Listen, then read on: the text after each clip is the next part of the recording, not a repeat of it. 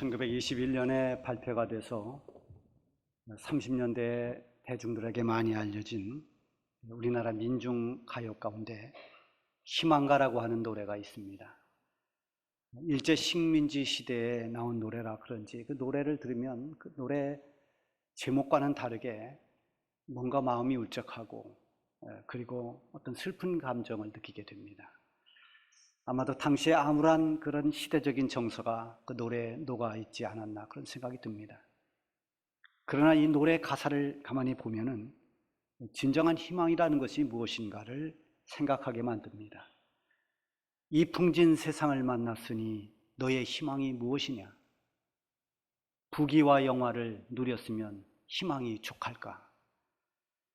아무리 부귀 영화를 누린다고 하더라도 그 누렸던 부귀 영화는 어느 봄날 잠시 꾸었던 꿈처럼 그렇게 지나가고 마는 것인데, 이렇게 거친 바람 몰아치는 이 풍진 세상에서 당신이 가지고 있는 진정한 희망은 무엇이냐고 묻고 있습니다. 여러분이 가지고 있는 희망은 무엇입니까? 희망이라고 하는 것은 내가 산 내 삶과 아주 직결되어 있습니다. 일제 식민지 시대에 나라 잃은 소름 속에서 우리 민족이 가졌던 공통적인 희망은 민족의 해방이었을 것입니다. 자신이 처한 삶에서 어려운 환경, 그런 형편들을 다 이겨내고 가질 수 있는 저마다의 희망이 있습니다. 희망은 자기의 삶을 비관하는 어떤 회의론 또는 자기의 모든 삶을 운명처럼 그냥 받아들이는 운명론 또는 숙명론을 넘어서야 됩니다. 어떤 환경에 있을지라도 그럼에도 불구하고 가질 수 있는 희망, 이 희망을 품고 살아가는 사람들에게 기회가 주어지고 기적이 일어나는 것입니다. 고난으로 인해서 절망하고 있는 이스라엘 백성들에게 하나님께서 예레미야 선지자를 통해서 이렇게 말씀해 주십니다. 여호와의 말씀이니라. 너희를 향한 나의 생각을 내가 아나니 평안이요 재앙이 아니니라. 지금 이스라엘 백성들이 고난을 받고 있고 재앙 가운데 있는 것 같지만 하나님께서 너희에게 주려는 것은 재앙이 아니다. 그러면서 너희에게 미래와 희망을 주는 것이다 라고 말씀합니다. 하나님께서 하나님의 백성들에게 주시려고 하는 것은 희망입니다. 오늘을 살아가는 저와 여러분에게도 마찬가지로 하나님께서 우리에게 주시려는 궁극적인 것은 희망을 주시려는 것입니다. 소망을 주십니다. 어떤 어려움 속에서도 하나님을 찾고 주님을 만난 사람은 절망을 극복하고 희망을 가질 수 있고 그 희망을 이룰 수가 있습니다. 그러므로 우리가 주 안에 있으면 결코 절망이라고 하는 것은 없습니다. 주님과 함께하고 주님의 은혜가 임하면 비록 지금의 삶이 암울하다 할지라도 미래가 있고 희망이 있는 것입니다. 오늘 본문에 보면 희망을 찾아볼 수 없는 딱 한 사람이 소개되고 있습니다. 예수님의 제자들과 함께 여리고에 갔을 때 이제 여리고에서 막 나가려고 하는 그때 길가에 앉아있던 바디메오라고 하는 사람이 소개되는데요, 이 사람은 맹인인 동시에 거지라고 그랬습니다. 그가 길가에 앉아 있었던 것은 잠시 바람 쐬러 나온 게 아닙니다. 그곳이 그가 살아가는 삶의 터입니다. 지나가는 사람들을 쳐다보면서 구걸을 하는 그런 거린이었습니다. 디메오의 아들이라고 했지만은 집에서 사랑받는 아들이 아니라 집에서마저도 버림받은, 그야말로 사람들에게 버림받은, 그래서 사람들의 도와주는 그런 도움을 받아야 살아가는 그런 거지로 살아가는 아주 불쌍한 버림받은 인생입니다. 아무것도 볼 수 없는 맹인으로 산다는 것이 그 당시에 얼마나 고통스러웠겠습니까? 물론 지금도 그런 답답함 속에 살아가는 사람도 있겠습니다만 그 당시에는 맹인들을 위한 어떤 시설도 없고 그들이 어떤 가지고 있는 재능을 발휘할 수 있는 기회도 없고 그들을 위한 어떤 사회적인 보장제도도 전혀 없을 때입니다. 아니, 오히려 이런 사람들을 죄인 취급하고 또 비난하고 조롱하던 그런 때입니다.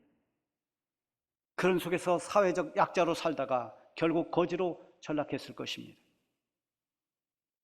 밝은 세상을 볼 수 있다는 그런 희망이 없습니다.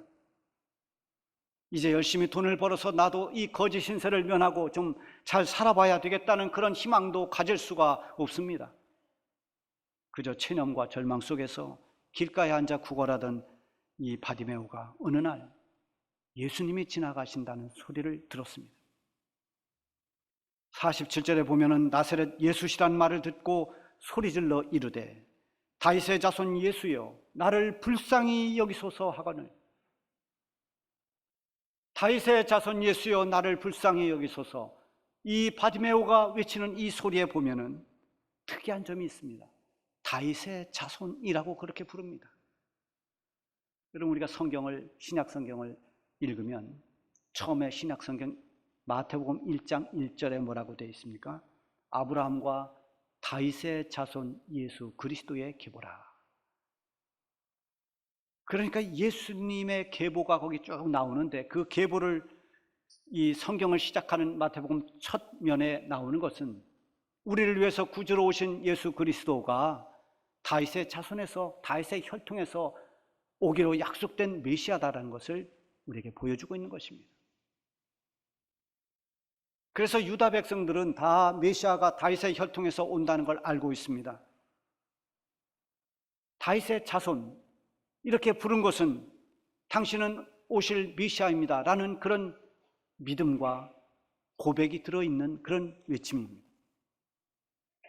그는 예수님 만나는 기회를 놓치지 않았습니다. 예수님이시라는 그 말을 듣는 순간 내 눈을 뜰 수 있다는 기회가 왔다고 생각하면서 희망을 붙잡았습니다. 그리고 예수님을 향해서 나를 불쌍히 여겨달라고 예수님에게 긍휼을 구했습니다.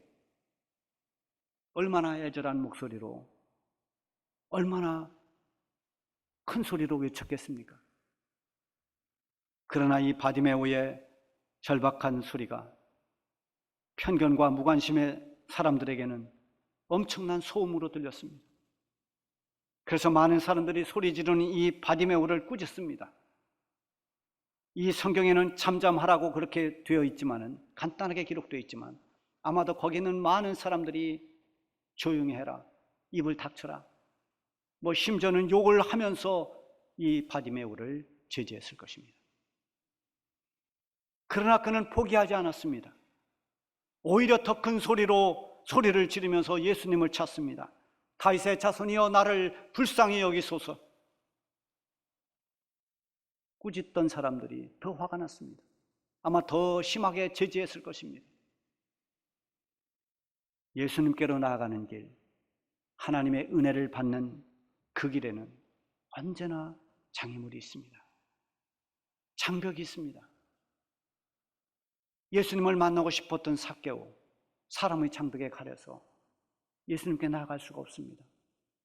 자기만 보면 손가락질하고 비난하는 사람들을 피해서 돌무화과 나무 위로 올라갔습니다. 아무도 그것을 눈치채는 사람이 없습니다. 그리고 12년 동안을 혈류병으로 고통받던 이 여인도 사람들의 인한 그런 모든 편견, 그런 모든 것을 다 극복하고 예수님께 나아가서 구원의 은총을 받고 병고침을 받았습니다. 어쩌면 그 어떤 장애물보다도 더 두터운 장애물은, 넘어가기 힘든 장애물은 사람으로 인해서 오는 장애물입니다. 사람들의 멸시, 비난, 조롱, 그리고 배신, 외면, 뭐 이런 여러 가지 사람으로부터 오는 이것들이 우리의 의욕을 꺾어놓기도 하고 기대와 희망을 접게 만드는 요인이 될 때가 있습니다.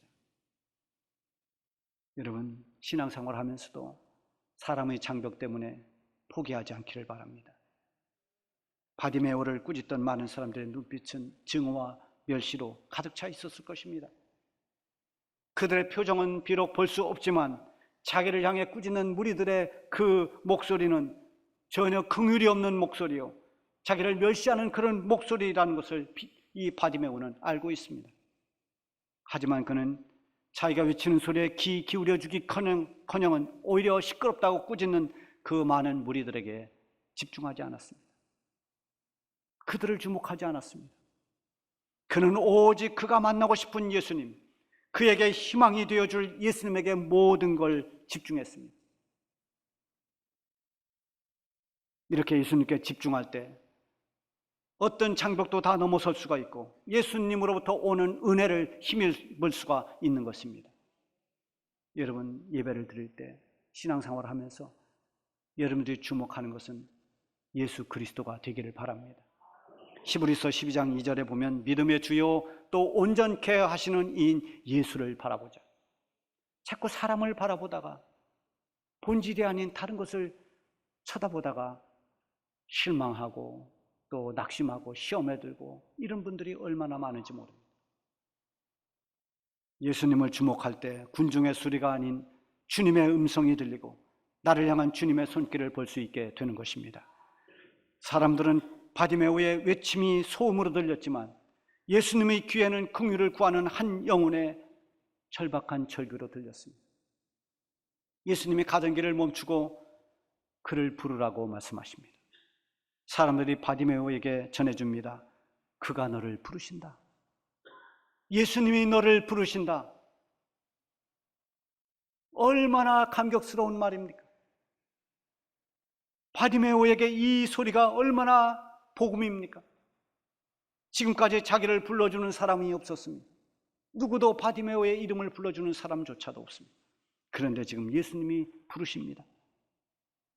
여리고 성읍 어느 길가에 앉아 구걸하던 이 맹인 바디메오, 버림받고 천대받던 그를 긍휼과 사랑으로 불러주신 분은 오직 예수님밖에 없었습니다. 여리고의 세리장이었던 삭개오도 예수님 만나고 싶어서 저 돌무화과나무 올라갔을 때 예수님이 그를 불렀습니다. 삭개오야, 속히 내려와라. 내가 오늘 너희 집에 유하여야 하겠다. 여러분, 예수님이 불러주신다는 것은 얼마나 귀한 은혜인지 모릅니다.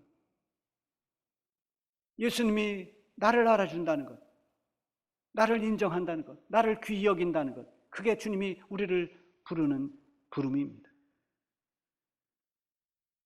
여러분, 주님의 부름은 얼마나 큰 기쁨이고 감격인지 모릅니다. 여러분, 부름이라고 다 그런 건 아니죠. 제가 군대 생활할 때 우리 바로 위 선임들이 밤중에 야, 위 선임이 부른다. 그러면 다 일어나서 어디로 집합했는가 하면 탄창고 뒤로 집합했습니다. 그러면 불 때는 탄창고 그 뒤에 왜 집합했냐? 거기 가서 뭘 하느냐? 몽둥이가 춤을 춥니다. 얻어맞으러 가는 겁니다. 왜 맞는지도 모릅니다. 이유도 없습니다. 그냥 둘러대는 이유는 요즘에 군기가 빠졌다. 다 집합해라 해서 동기들이 다 가서 얻어맞습니다. 그리고 들어와 잠을 잡니다. 부른다고 하면 겁이 납니다. 선임들이 부른다 그러면 맞을 각오를 하고 나갑니다. 선생님이 교무실에서 부르면 그 말썽 피우는 아이들이 겁이 납니다. 교무실 가서 두 손 들고 있으면 지나가는 선생님들이 출석부로 한 대씩 머리를 퉁퉁 치면서 다 갔다 그러잖아요. 주님의 부르심은 그런 부르심이 아닙니다. 벌 주려고 부르는 부름이 아닙니다. 책망하려고 부르는 부름이 아닙니다. 주님이 우리를 부르실 때는 우리를 불쌍히 여기고 우리를 위로해주고 우리를 고쳐주시고 우리를 바로 세워주시기 위해서, 우리를 구원하시기 위해서 주님은 여전히 우리를 부르고 계시는 것입니다. 50절에 보면 이 부름을 받은 바디메오가 맹인이 겉옷을 내버리고 뛰어 일어나 예수께 나아오거늘 예수님께 나아가는 일에 조금도 지체하지 않았습니다. 몸에 걸치고 있던 겉옷을 벗어버리고 예수님께로 갔습니다. 길가에서 구걸하는 거린들에게 겉옷은 굉장히 중요한 것입니다. 우리가 입는 이 겉옷과는 의미가 달라요. 그래서 밖에서 때로는 자기도 하고 노숙하기도 하는데 그 겉옷이 이불과 같은 역할도 하는 겁니다. 그래서 이 겉옷을 굉장히 중요하게 여기는데요. 그것을 벗어버리고 달려갔다는 것입니다. 아무리 소중한 것도 그것보다 더 소중하고 더 가치 있는 것 앞에서는 과감히 버릴 수 있습니다. 어떤 게 더 중요하냐? 어떤 게 더 소중히 어떤 걸 더 소중히 여기느냐? 이게 문제인 겁니다. 여러분이 정말 예수님의 그 은혜가 어떤 것보다도 소중하고 하나님의 사랑이 소중하고 내 영혼이 구원받는 것이 소중하다면 그것 때문에 잃어버리는 그것이 아깝지 않을 것입니다.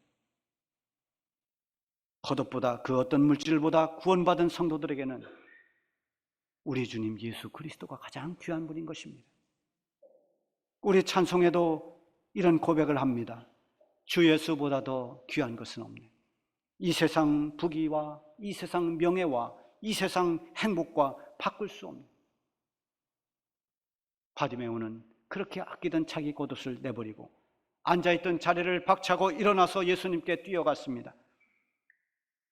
여러분, 예수님께 나아가는 것뿐만이 아니라 하나님께로 나가는 모든 자리, 기도의 자리, 예배의 자리, 주님이 기뻐하시는 순종과 헌신의 자리로 나아가는 그 길은 여러분들 지체하지 않아야 됩니다.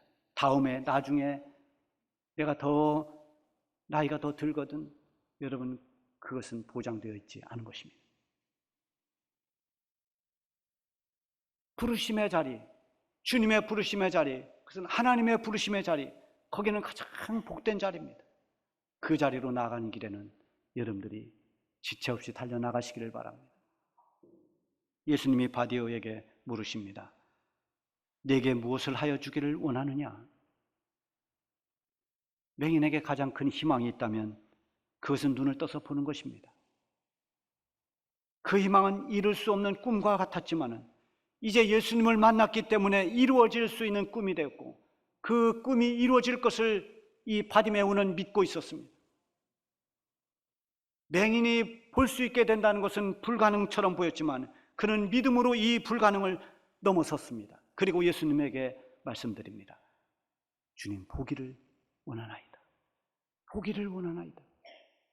여러분, 대개 거린들이 당신에게 무엇을 주기 원합니까? 하면 한 푼 달라고 하든지 어떤 돈을 구하든지 아니면 입을 옷을 구하든지 아니면 무슨 필요한 생필품을 구하든지 어떤 먹고 살아가는 데 필요한 것을 구했을 것입니다. 그러나 지금 바디메오는 그런 것이 아닙니다. 보기를 원하나이다. 맹인이 보기를 원한다고 말합니다. 이건 일반적으로 상식적으로 이해할 수 없는 말입니다. 오직 그의 믿음만이 이것을 구할 수 있었습니다. 예수님께서 그에게 말씀하십니다. 가라, 네 믿음이 너를 구원하였느니라. 네 믿음이 너를 구원하였느니라. 여기서 말하는 구원은 나올 수 없는 수렁에서 빠져나오는 그런 의미의 구원입니다. 깊은 늪에서 빠져나오고 벗어날 수 없는 무거운 짐에서 벗어나는 자유함을 말하는 것입니다. 항상 죄 때문에 고통받고 그것이 자기의 마음을 짓누르던 마리아라고 하는 한 여인이 옥합에 향유를 담아서 예수님께 가져와서 그것을 예수님께 다 쏟아붓습니다. 그때 예수님께서 그에게 선포하십니다. 네 죄를 사함받았느니라. 그리고 이어서 네 믿음이 너를 구원하였으니 평안히 가라. 이 여인은 한 번도 마음이 평안한 적이 없었습니다. 고통받아 살아왔습니다. 과거에 자기의 죄 때문에 늘 뚫려 살았습니다. 거기에서 해방이 된 것입니다. 12회를 혈루병으로 고통받던 여인 마찬가지입니다. 사람들의 틈을 뚫고 들어가서 예수님의 옷자락을 만졌습니다. 그 순간 자기의 혈루병이 나아갔습니다. 예수님이 그 여인에게도 선포합니다. 따라 내 믿음이 너를 구원하였으니 평안히 가라. 이 여인도 12년 동안 그 병을 앓아오면서 얼마나 괴로웠겠습니까? 웃어볼 날이 없었습니다. 괴로움과의 싸움이었습니다. 그러던 그에게 주님이 주시는 평안이 임했습니다. 병에서 고침받고 평안을 얻고 돌아갔습니다. 바디메오 역시 네 믿음이 너를 구원하였다고 예수님이 선포하는 그 순간 바디메오의 눈이 열렸습니다. 앞을 보게 되었습니다. 그동안 암흑처럼 어둠 속에 살아오던 그가 밝은 세상을 보는 광명을 얻게 된 것입니다. 그토록 세상을 보기 원했던 그의 소망이, 그의 꿈 같았던 희망이 예수님을 만나서 이루어졌습니다. 예수님이 고치시고 구원하실 때 강조하셨던 것이 믿음이라고 하는 것입니다. 내 믿음이 구원하였느니라. 여러분, 일반적으로 어떤 마음의 죄책감을 갖는 것, 또는 어떤 육체의 병으로 인한 그런 짐들, 이런 감정이나 육체의 올무에서 구원받는 것뿐만 아니라 정말 우리에게 중요한 구원은 영혼의 구원입니다. 영원히 죽을 수밖에 없는 죄인된 인간들이 예수님께서 십자가에서 흘리신 보혈로 말미암아 우리의 모든 죄가 사함받고 예수님을 믿음으로 말미암아 구원받는 이 영혼의 구원, 이것도 다 믿음으로 말미암아 구원받은 것입니다. 우리가 의로워서가 아닙니다. 우리가 하나님 앞에 다른 사람보다 선한 일을 더 많이 했기 때문도 아닙니다. 인간의 행위로는 구원받을 만한 사람이 아무도 없습니다. 우리의 모든 죄를 대신해서 십자가를 주신 예수 그리스도의 보혈로 인해서 우리는 구원받았습니다. 그것을 믿는 것이 믿음입니다. 이 믿음으로 말미암아 구원을 받은 것입니다. 바디메오는 예수님을 만나서 희망을 보았습니다. 나도 눈을 떠서 볼 수 있겠다는 그 희망은 예수님을 메시아라고 믿는, 저분이 내 눈을 떠줄 수 있다는 믿음을 가진 데서 비롯된 것입니다. 예수님이라면 내 눈을 볼 수 있게 해주실 것이라는 그 믿음으로 예수님을 목이 터져라고 불렀고 예수님 앞에 나가서 눈을 떴습니다. 바디메오는 소원이 이루어지자 곧바로 그 길에서 예수님을 따라갔습니다. 꿈꾸던 희망이 성취되고 간절한 소원이 이루어졌으니 얼마나 기뻤을까요? 그는 정말 자기에게 일어난 이 일이 정말 현실인가? 아마 자기의 몸을 꼬집어 보기도 했을 것입니다. 이게 정말 현실인가? 내가 꿈을 꾸고 있는 건 아닌가? 그렇게 그는 기쁘고 감격스러웠을 것입니다. 하지만 그는 순간의 기쁨과 감격으로 끝나지 않고 자신을 흑암에서 광명으로 구해주신 예수님을 따르는 사람이 되었습니다. 그는 어디에 가도 이제는 내가 이렇게 볼 수 있게 된 것은 예수님이 내 눈을 뜨게 해주셨기 때문이라고 증거하며 다녔을 것입니다. 여러분, 우리도 과거에는 다 영적으로 맹인들이었습니다. 영적인 눈이 열리지 않았습니다. 하나님의 은혜가 뭔지 몰랐습니다. 예수님의 십자가가 무엇인조차 깨닫지를 못했습니다. 그러나 우리가 예수님을 믿고 우리의 영혼의 눈을 뜨고 구원의 은혜를 받았습니다. 그러나 한순간의 구원의 감격으로 끝나지 않아야 됩니다. 잠시 믿었던 믿음에 머물러 있지 않아야 됩니다. 예수님은 지금도 우리를 부르고 계십니다. 더 깊은 믿음의 자리로 우리를 오라고 하십니다.